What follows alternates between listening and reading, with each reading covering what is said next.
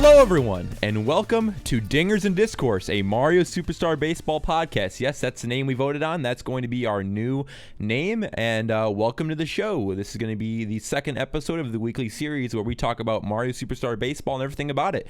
We are joined today by a new face, taking over the spot of Mr. Joe as he is in prison. It's going to be the one and only, the Stars On legend, Grossity guy himself, Brua. Welcome to the show. You want to do a little bit of introduction for people who don't know who you are? Sure. Yeah. First, excited to be here. Excited to give my very non-meta opinions on Stars On. If you don't know me, I stream at twitch.tv/Integrosity with my good friend and longtime roommate, Peach Beach. Together, Peach Beach and I have won 4 Stars On Showdown championships. 3 of them are mine. One of them is his. Yeah, excited to be here. Thanks for the time. Yeah, hey, we love to get you on here. You're one of the members, so it's happy we got you on for the second episode. Just sad Mr. Joe is now in jail for his crimes. Unlucky indeed. I hear that his lawyer Riley Scott's trying to get him out, so just take care of that, Riley. Mm-hmm. We might hear some updates in the comments from him. You know, yeah. He'll talk from Mr. Joe. All right, so let's get started with today's episode. Today, we're gonna start off fresh with the weekly recap. Starting off first with the Peach Garden Tournament. I know that was a big Stars On event hosted by Vickless Falcon. There's your cameo again, Alex. I know he was happy. We talked about him last time. So, Remke, Brew, and I think we all 3 were in that, correct? Yep. What were you guys' opinions on the format? I thought it was interesting. Vic is doing a whole stadium series thing for Stars On. We're going to have a tournament like that on every legal stadium, which is every stadium in the game. I believe this next one is going to be on DK Jungle, if I'm not mistaken. But for Peach Garden, I think we learned a lot of interesting things about playing Stars On at Peach Garden. First off, the fact that Bowser will not get picked until about the 10th overall pick in a good matchup, which is crazy to find out, but I mean, Bowser isn't... The power hitters just don't really get it done at Peach Garden. It's so hard to get it over those walls. You kind of almost have to have perfect contact or just like an absolutely ripped ball with King Boo or a curved trajectory hitter to get it out, or get lucky with a note block. That's always an option. But yeah, you started seeing characters like Donkey Kong, King Boo, Yoshi, Birdo, Boo, Toadsworth go like top 6 in the draft, as opposed to your Bowsers, your Petey's, your Bros, those characters. So that was a really interesting meta development out of that series. Yeah, you're not seeing a lot of the power hitters drafted anymore. It's kind of just like either in the series matchups that people don't really like know the meta. I feel like for like the lower tier of it, people were just drafting all the heavies. Like one team had all heavies, one team had all slap hitters, and I feel like all the slap hitting teams came out in front because everyone's just hitting flyouts, lineouts, and even with your nice hits or perfect contact hits, you're hitting the opposite field, you're not going to get it out unless you hit a note block or you hit a block, you know? So it just never helped out anyone really. Maybe some teams did come on top in those, but I'm going to say the experienced players that figured out how to draft on this really came out on top. I'm excited to see how people take these little nuggets and apply them to maybe Stars On Showdown, where if they have the pick in stadium, they might get that extra advantage knowing how to draft on Peach Garden when their opponent doesn't.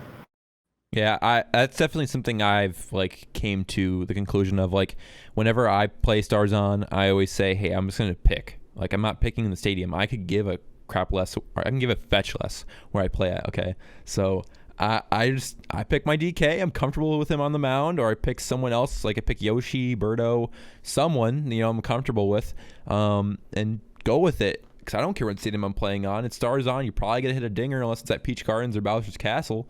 So then you're like, okay, maybe I'd switch up a little bit. But this Peach Garden series really, really cemented a good draft order now for everyone.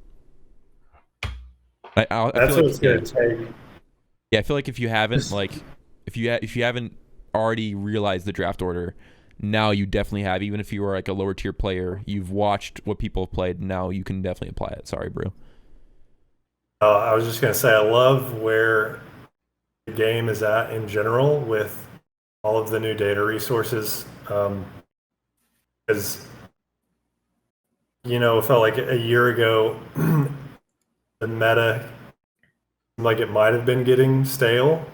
But now adding in like hidden insights that a lot of people might not think of off the bat. Granted, this is Stars On, so it's more wide open than Stars Off, but exciting time. Yeah, I kind of think Stars On has kind of fallen into a charge swing with everybody kind of deal.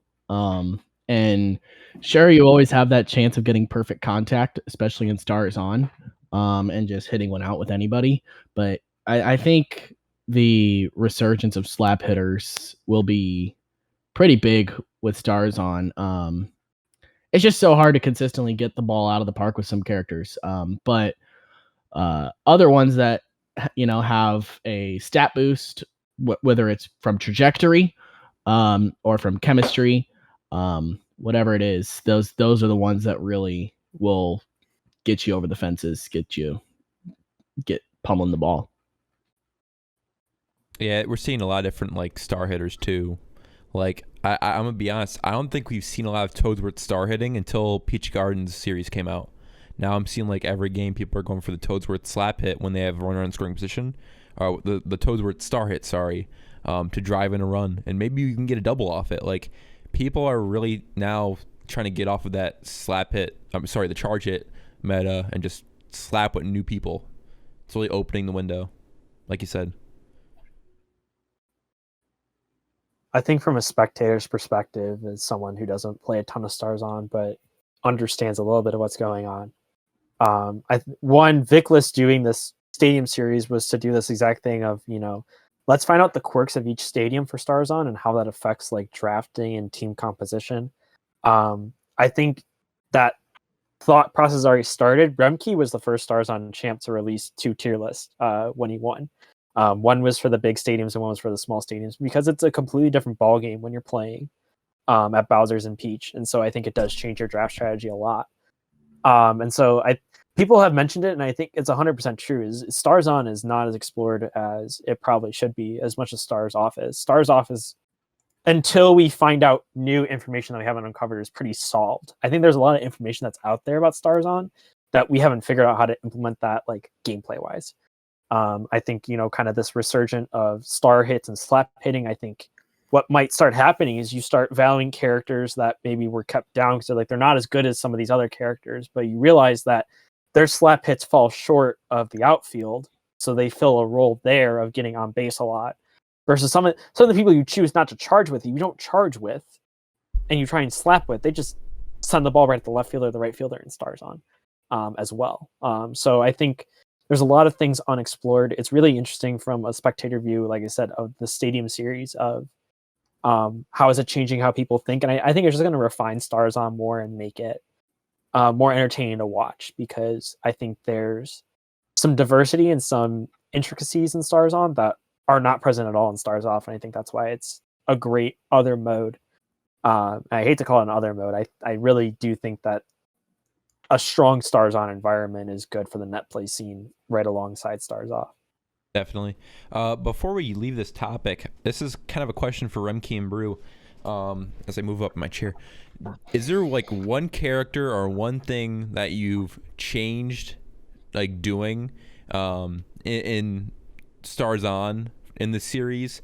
I know one thing that I've changed. I'll say it, if you guys want to repeat it, because the Toadsworth star I've seen a lot more from people, and I've been picking Luigi a lot more and slap hitting opposite field, and I've been getting doubles consistently off of that. That's one thing I've started doing a lot more in Stars On. It's helped me a lot. Is there anything you guys have realized at all?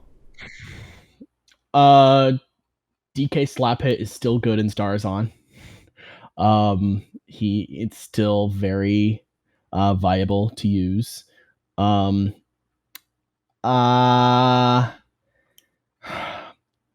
than that, I mean, I just think Bowser's a lot worse than we thought at Peach's Garden. That's a big one.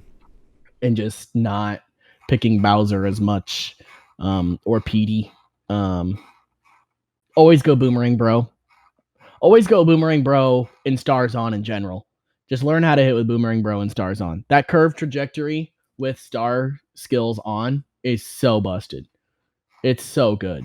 Like, everyone says how busted King Boo is in Stars On.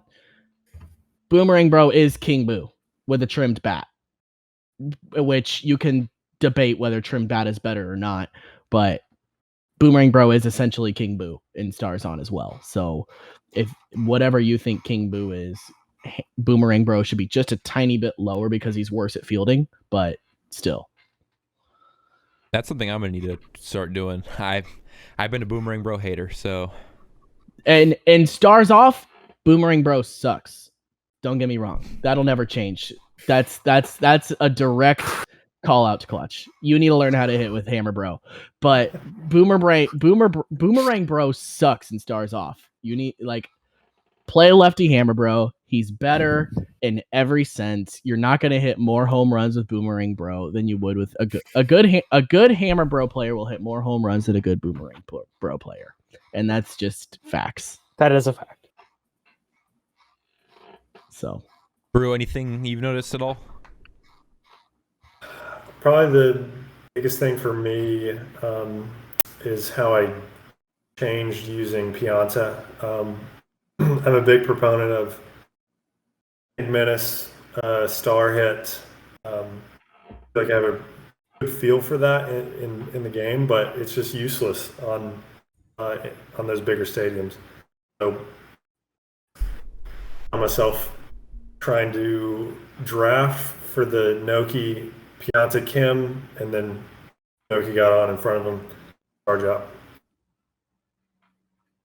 Other than that, I will say I got a little tilted after I got put in the losers bracket, and I was the one picking up all the heavies, and I think I had 4 mercies on the way to Vickless. That is just my non-meta-ness coming out. When I did play Vickless, he had first game Birdo Yoshi middle infield, and I think stole 4 hits from me in the gaps. Just shut down my offense, couldn't get anything going. So he obviously was on the lookout for more perks than I was, just being tilted and drafting power hitters. Yeah, I think another thing. I was gonna say, I think another thing Vickless kind of figured out with that is how good Yoshi second base is, especially in Stars On. I was furious in our first game. Yoshi second base just gobbles up so much. That Yoshi Birdo infield is so hard to get through. It's impossible to get anything through that.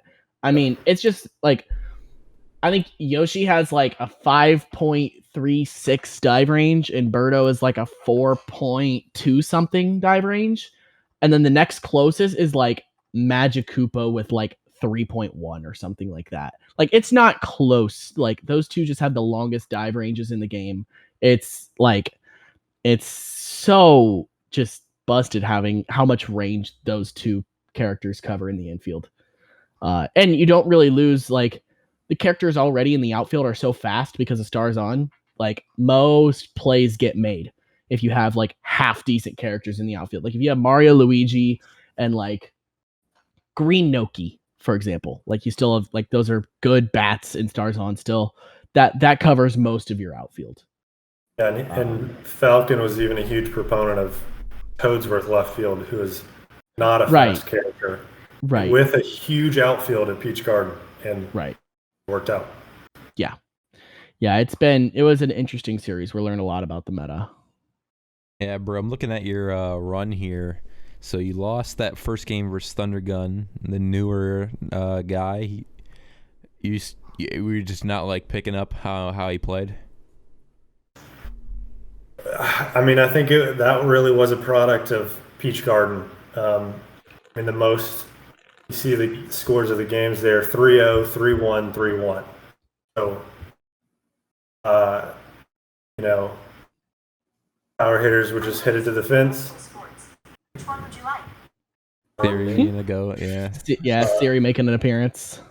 Yeah, just, I mean, the meta for Peach Garden, I drafted power and nothing was going out. And you took it to ticket 6-2, 12-5. You versed Nuche 12-0, 2-1. That was a way flip flop. Then you versed Riley 10-0, 11-2. Me 3-1, 9-7, and then Vickless is.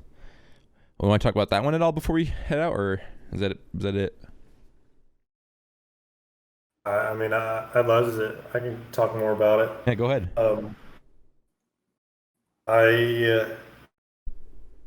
We already talked about the first game a little bit. I made an adjustment game 2, drafting Birdo very high.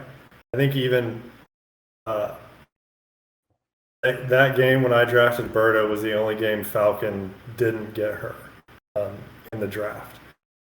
So I was feeling pretty good. Dixie is kind of my comfort pick on the mound, and I couldn't have pitched better, but just an all-out pitching duel, 0-0 after 9. I scored in the top of the 10th. I think it was a star hit from Paracupa into a long double by Hammerbro off the wall that he missed with Luigi. I thought that was game. He fought back and bested me. Hey, at least you got the longest stars on game in history, man. That's something to be happy about. You took my record away, so. I still can't get over. We had 30 combined hits, 3 runs. And 3 runs, yep. That's wild. Both of us at one point had bases loaded with 1 out. Both of us lined out for double plays. I mean, it was as unlucky as it gets. Naturally, that's what you would do with bases loaded 1 out. Yeah. Yep. Stars on moment, as we say. Crazzy, you just suck at I stars think on. any player of Mario Baseball understands that. That's not Stars on exclusive. All right, we gotta wrap it up there, but hey, what a hell of a tournament, Alex. I'm really hoping the next one's even better. So we're gonna talk about a little bit of Stars on 7. Keep it short and sweet. Yeah. It just started up. Any big names that came down in the bracket so far? Yeah. Chris Toasty losing in round 2 to Nuche. Kind of a big deal. He just won the Stadium Series that we just talked about.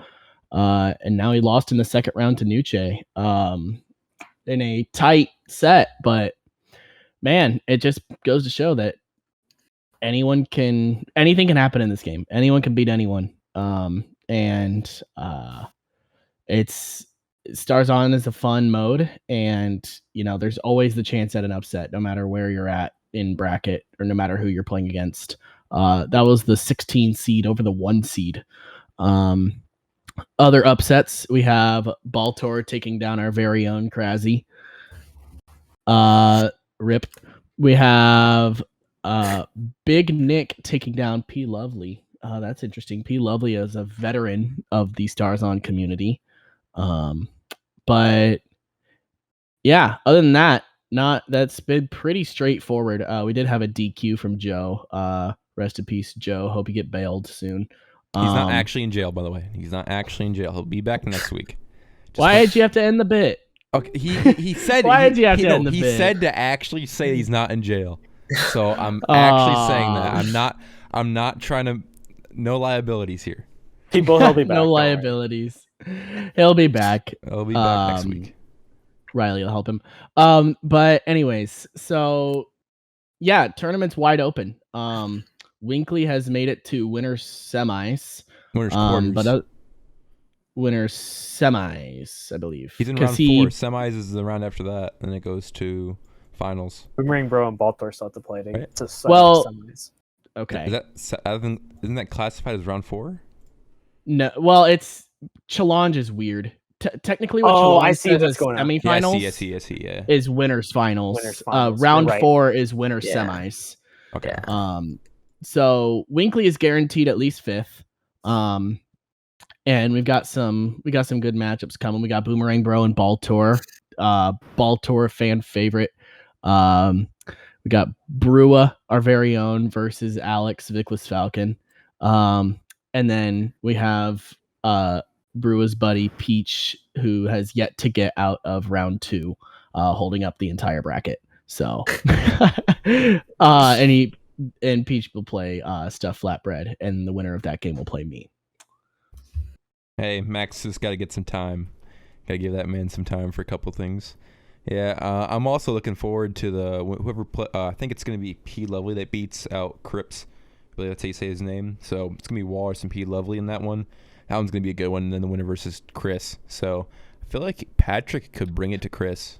I don't know. I've seen Patrick get a lot better in the Stars On League. So I think he could That's a take it. tough bottom side. That's a tough bottom. That's a tough loser side of bracket. That's a tough draw for the winner of P. Lovely and Walrus to have to play Toasty in losers round 3. Definitely, it's definitely doable. 13th. Definitely doable For 13th place.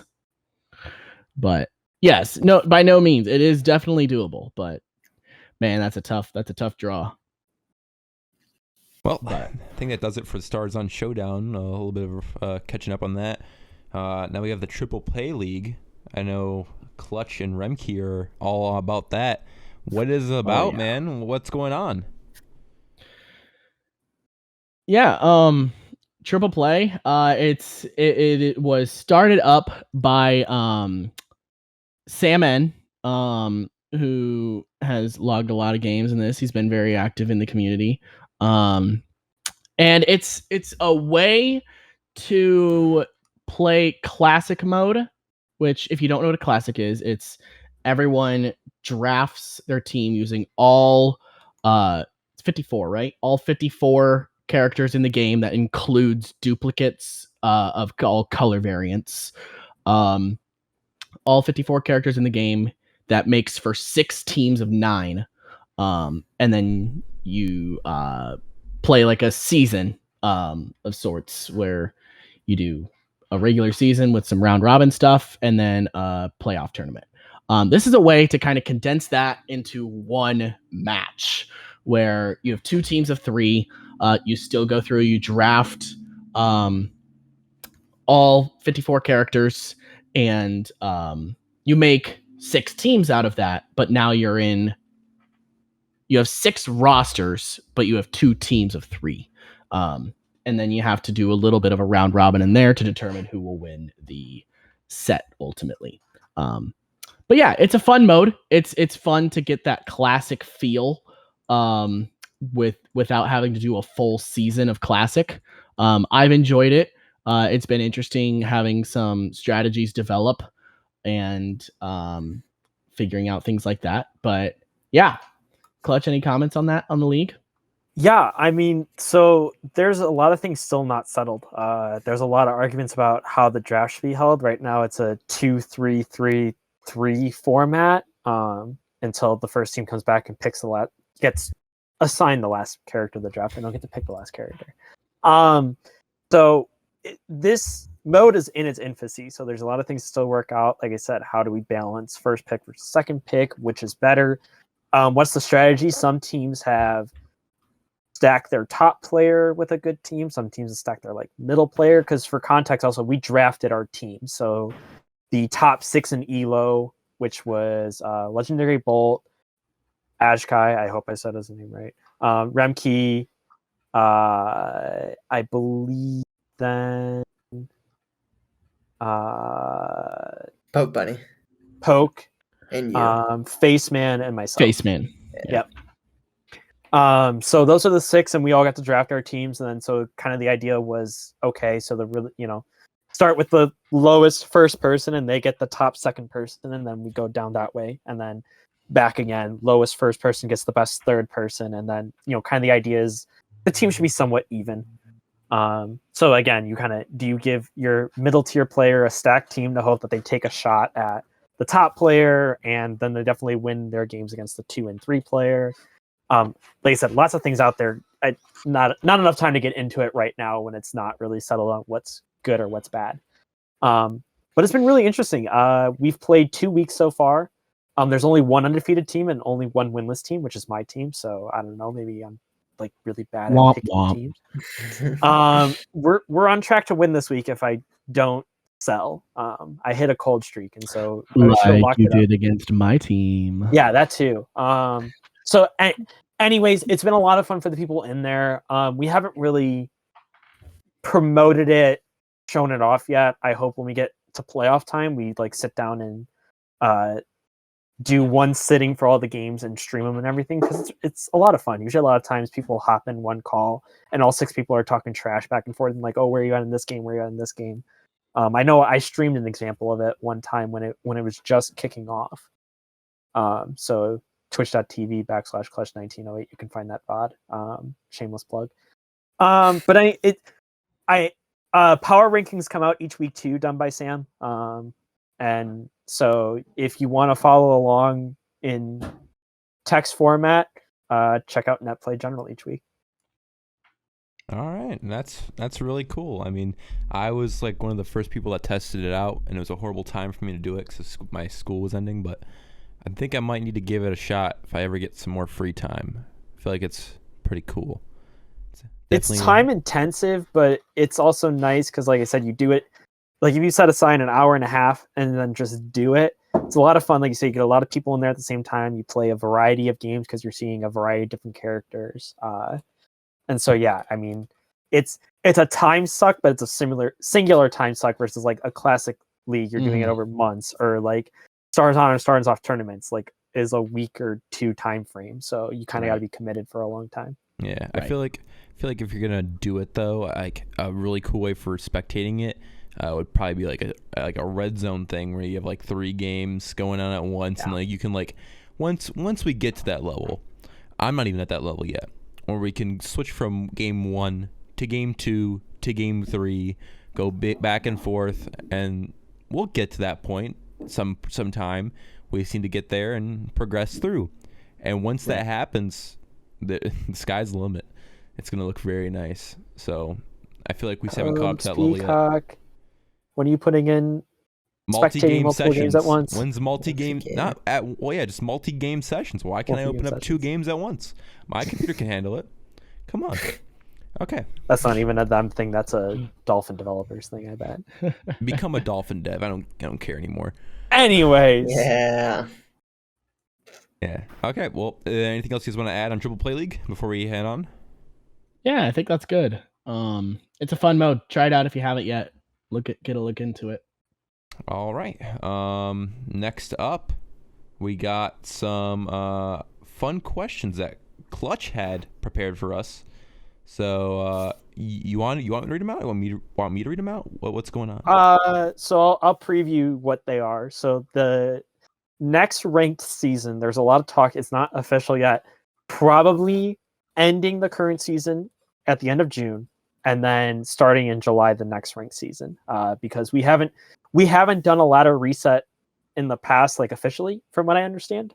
It just kind of happened the last time because we implemented new tracking systems. But now that the community is big enough, I think it's time to. I think everyone wants to start implementing a ranked seasons. So, anyways, kind of the idea is we talked about changes we wanted to see next season in terms of like rule set, which I know we have one more discussion thanks to the comments, so we'll do it after this.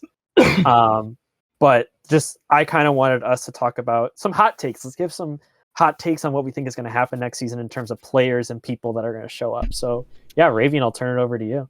All right. So question number 1, everyone can chime in. Just go at it. Okay.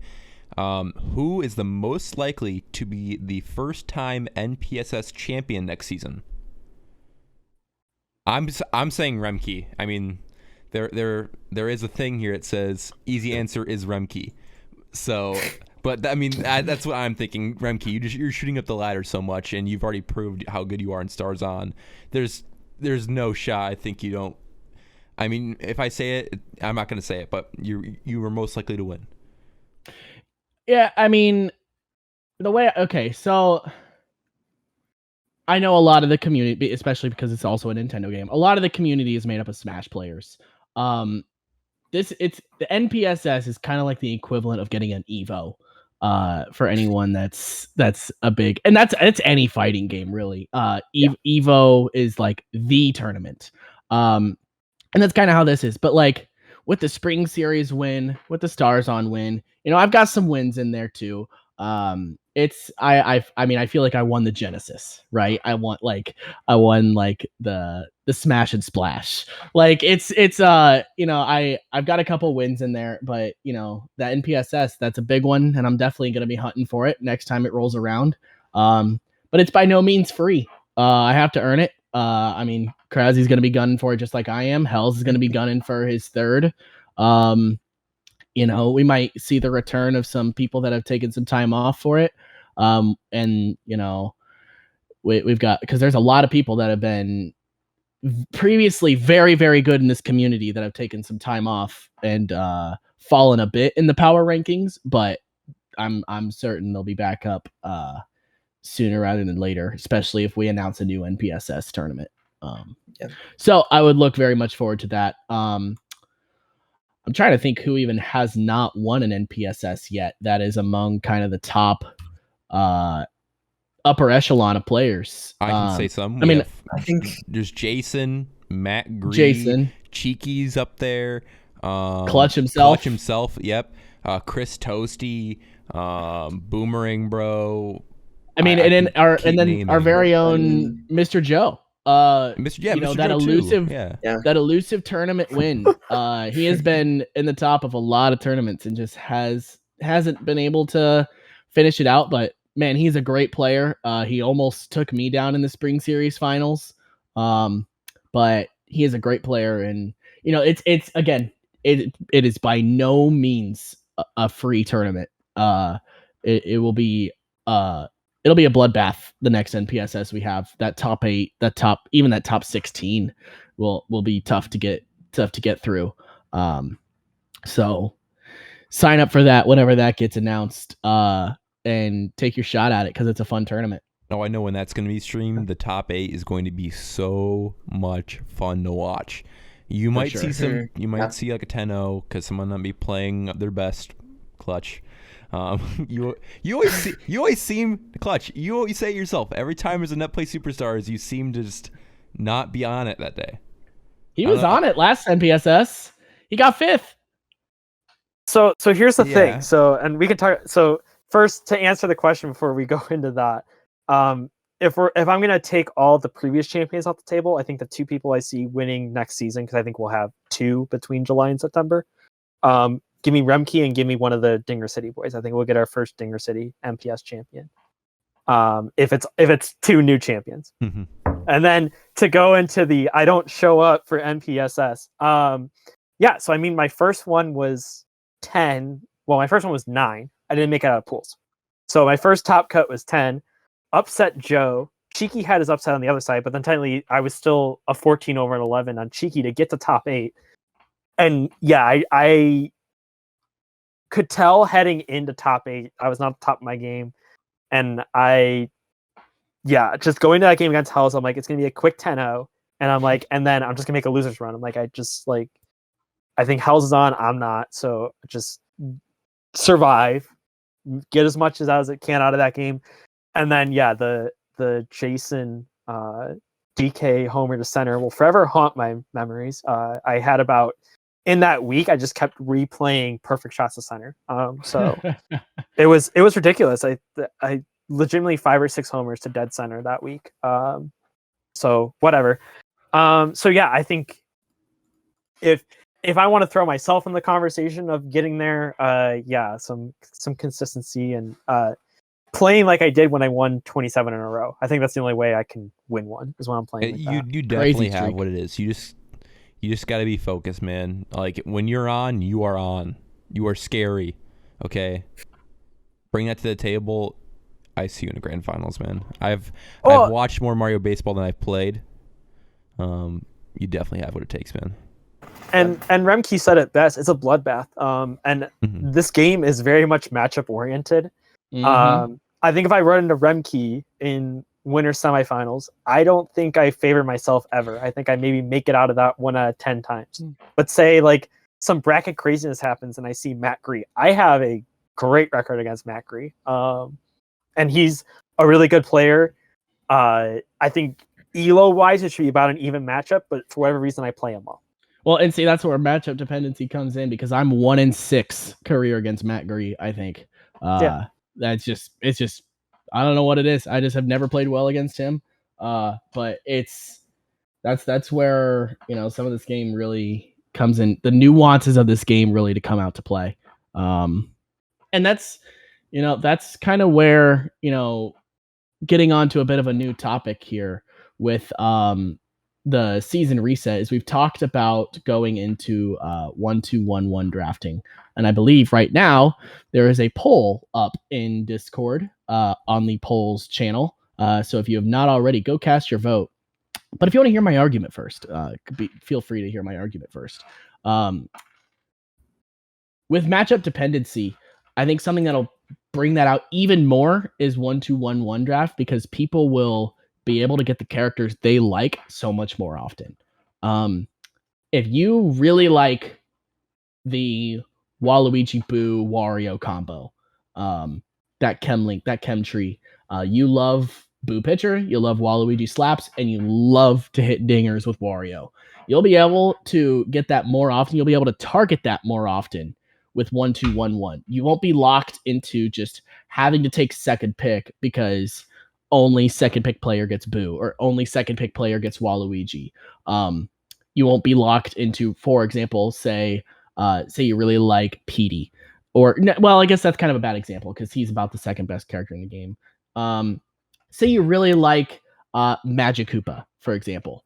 You don't have to reach for him with the second pick anymore and take him over Birdo or Boo, which I believe he's obviously not better than. And you instead get you either get King Boo or Magic Koopa, and that's a decision that is made. And I think there's so many more decisions in the draft, and I think more decisions is better for drafting because that means you get to tailor your team better. That means you get to have more skill in making your team as opposed to just following this draft list and just picking the characters that the tier list tells you to. Because you actually have to think about constructing a roster as opposed to just drafting the tier list. Mm-hmm. And I think the other big upside of 1-2-1-1, which I guess we don't really know yet, is but it's kind of a test to see if we can get the balanced draft in the game even more balanced to the place where there's almost no preference between first and second pick, and going into a game you feel like either team can win it, especially through the draft. Because I feel like a lot of people right now, if they don't get first pick, they don't necessarily like throw in the towel, but they feel disadvantaged. Right. And that's not even just that. The option of winning the coin flip and picking second pick as a preference pick. Like I would rather have DK or PD or even Birdo if that's what I really want. It's that option of saying this is who I want, and it's not strictly better to pick the other team is the biggest defense of 1-2-1-1 draft, in my opinion.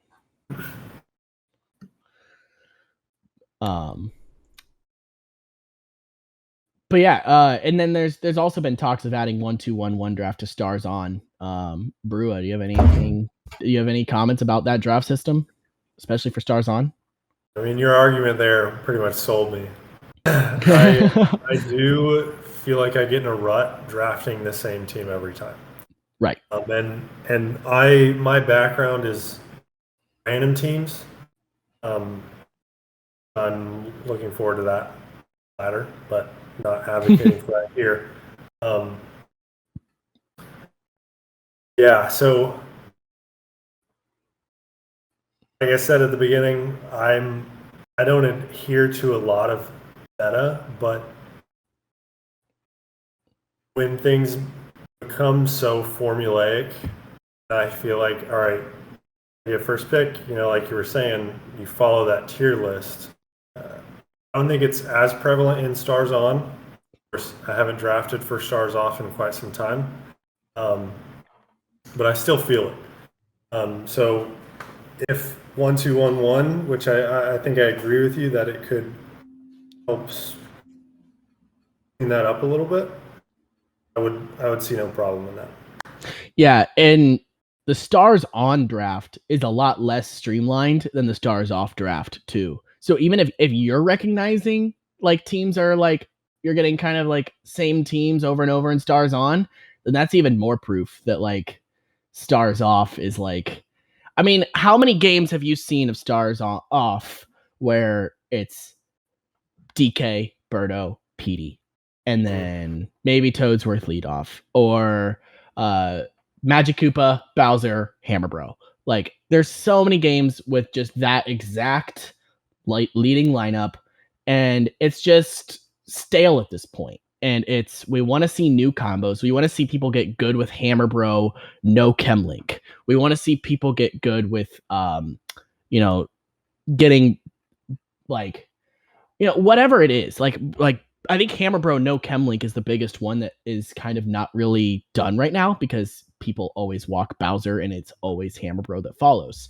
But now with the 1-2-1-1 draft system, the Bowser team has the option of either going Hammer Bro or Yoshi. They don't just get both or another character if they wanted to. And I think that's a really big decision for the first pick.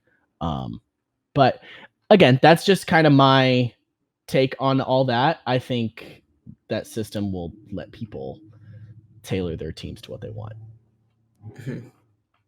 All right. If you want to hear more about like the theory behind 1-2-1-1 and some other takes, we went way more in depth of it last week. So go ahead and check out last week's episode if you want to hear more. I have so many mock drafts I could do for 1-2-1-1. There's so many fun routes to take.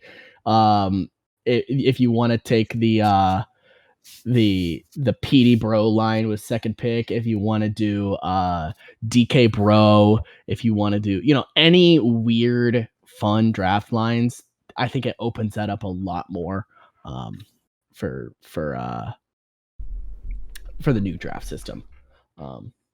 But yeah, with the new ladder reset coming, that's one of the things we've implemented. Do you guys have anything else that you want to maybe see implemented in the new season?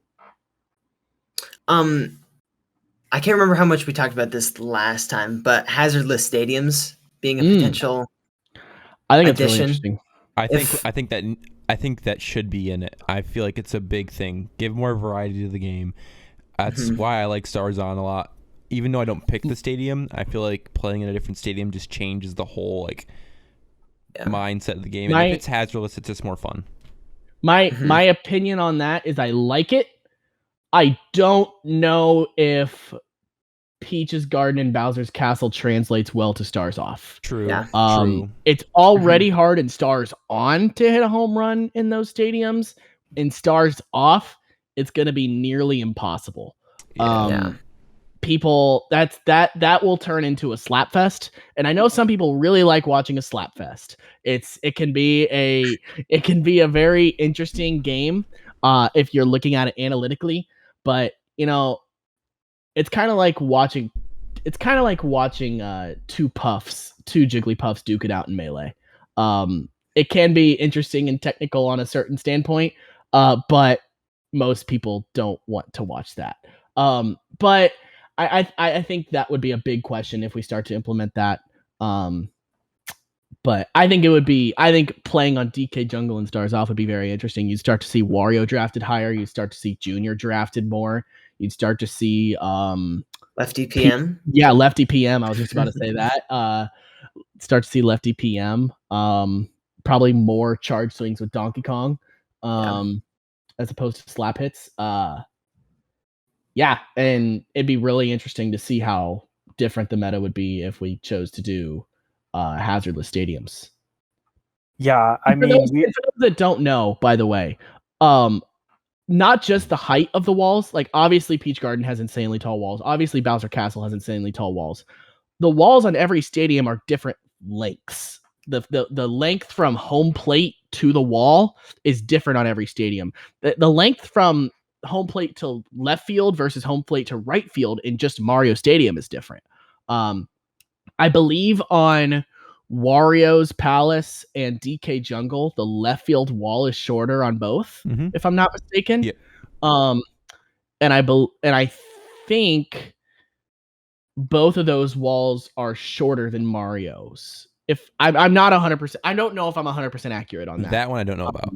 Clutch is going to look at it right now.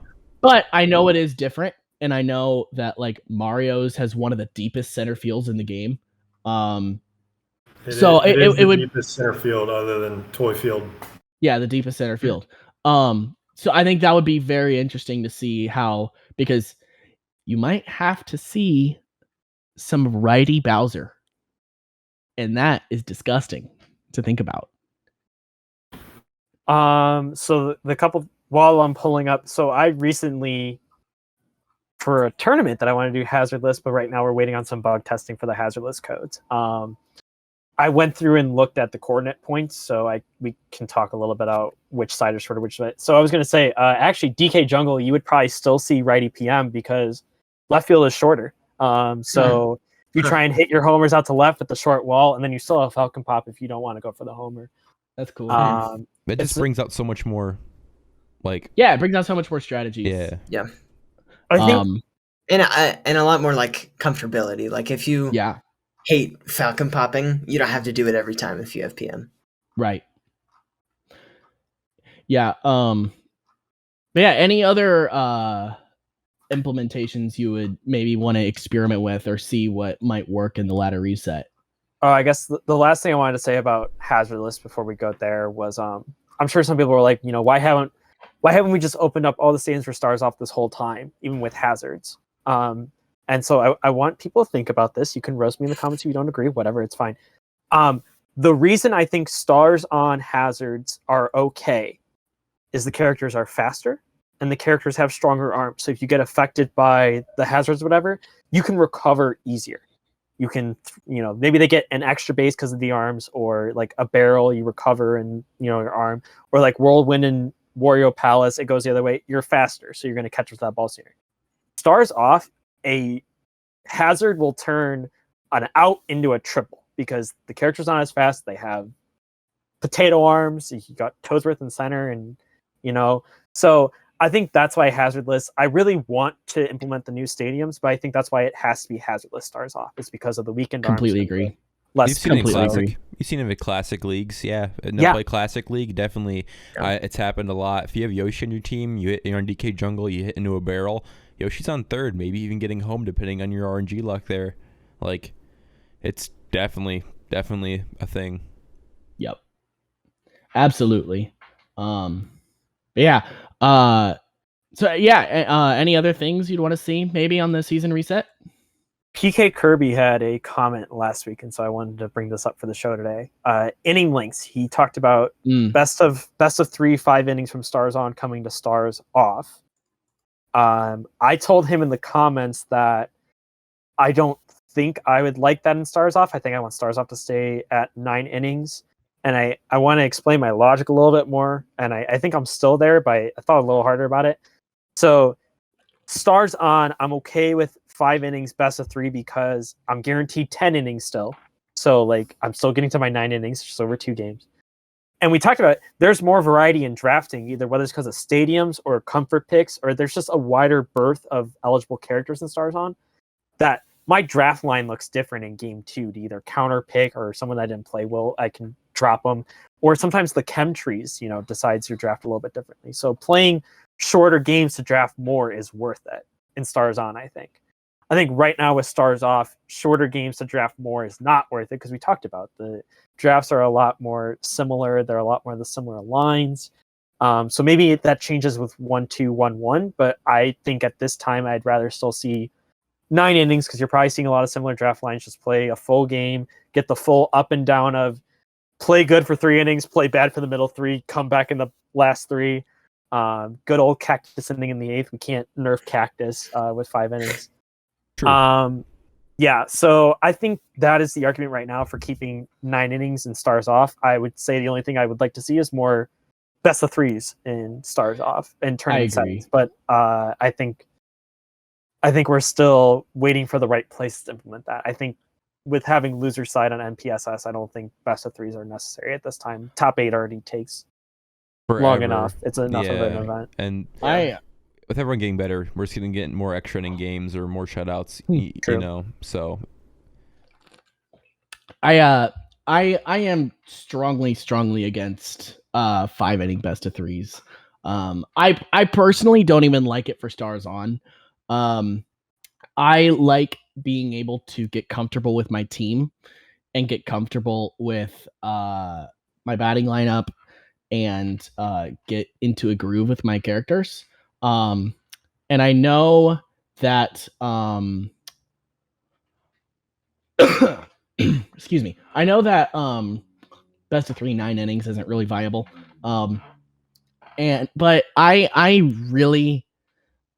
think best of 3 7 innings is kind of maybe a possibility. Some might say that's too long.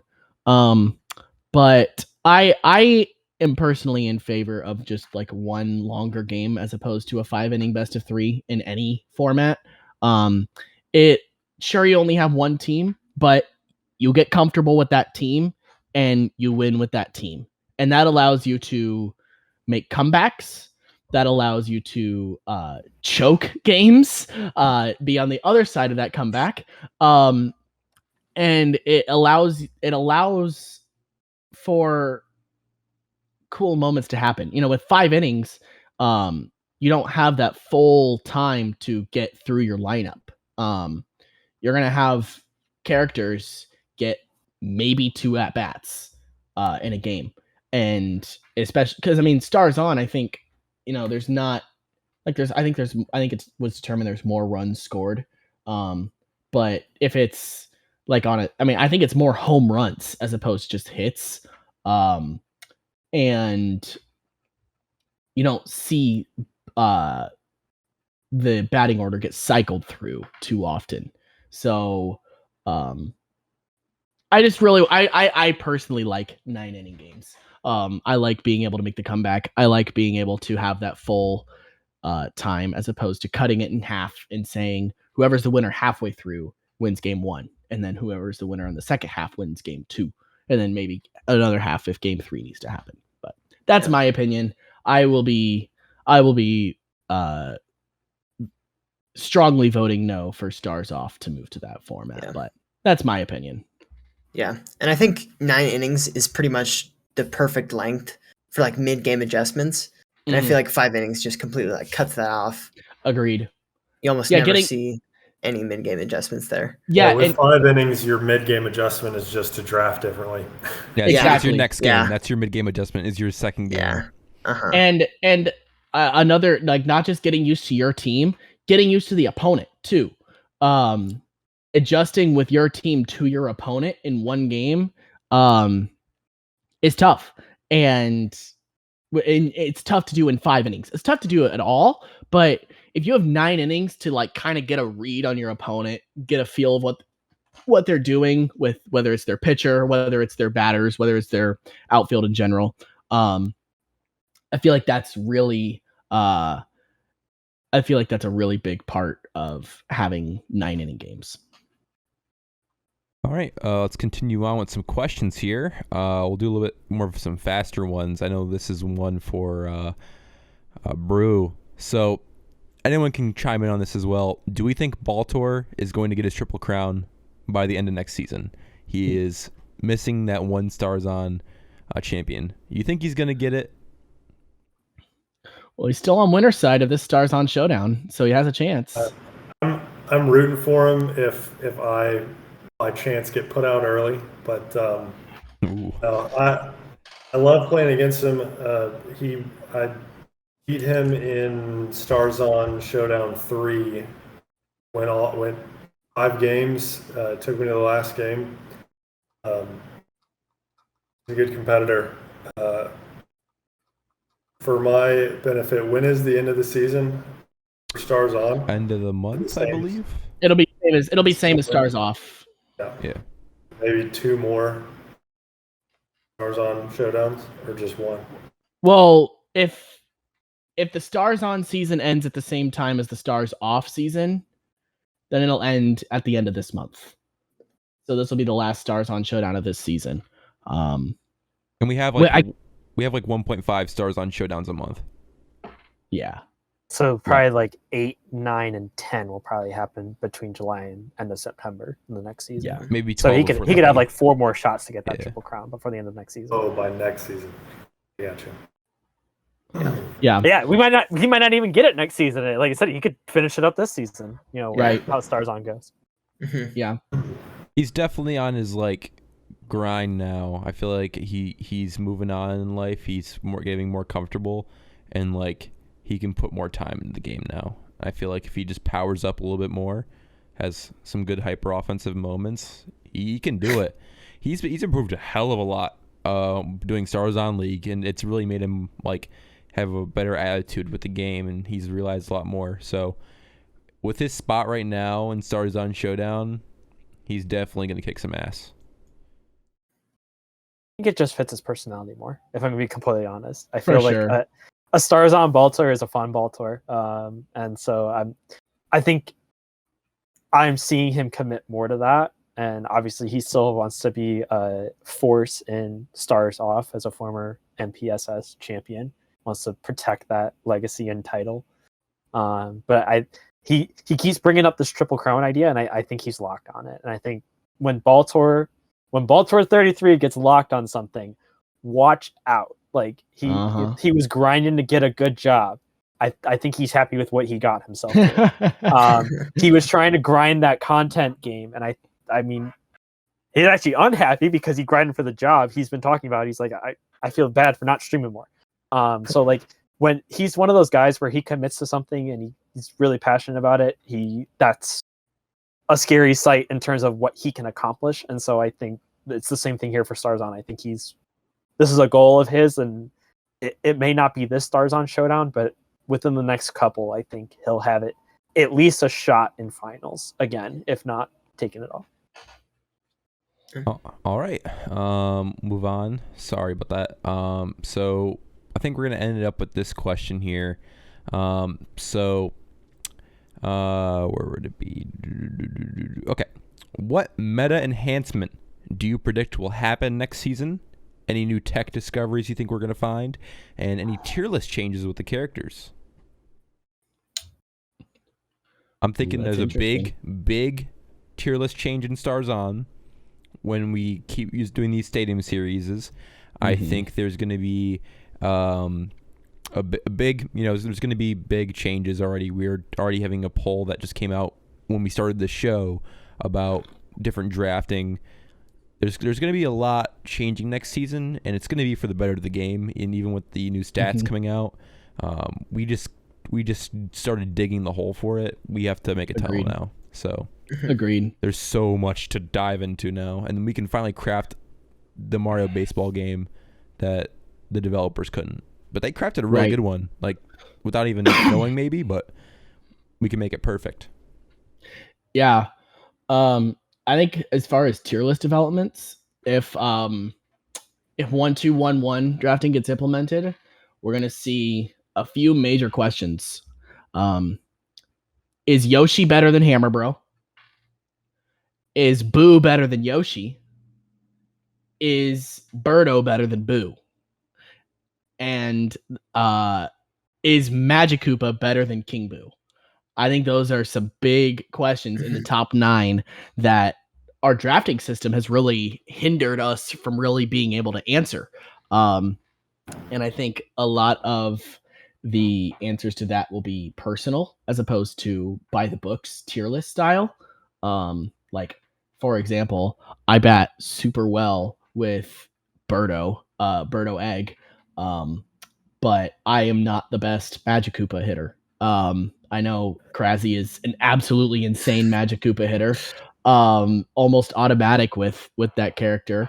But it's like, it's who do you prefer? And it's really tough to get that preference down, and that'll be something that won't be server wide as much as the draft is right now, I feel like. Brew, do you think there's anything in Stars On we might see that changes differently with all these new topics brewing up? It's kind of separate, but I think and hope to see a resurgence of stealing. I think people are getting lazy with hiding weak arms, catcher. And one combo I've been testing out is Toadette ninth pick. You get the wall jumper, you match it up with Toadsworth. Him turns Toadsworth into a home run threat. And Toadette will steal bases on a lot of catchers that people are putting out there. Okay, yeah, I feel like the stealing game's definitely never used. Like, no one steals. Maybe it's people are more scared.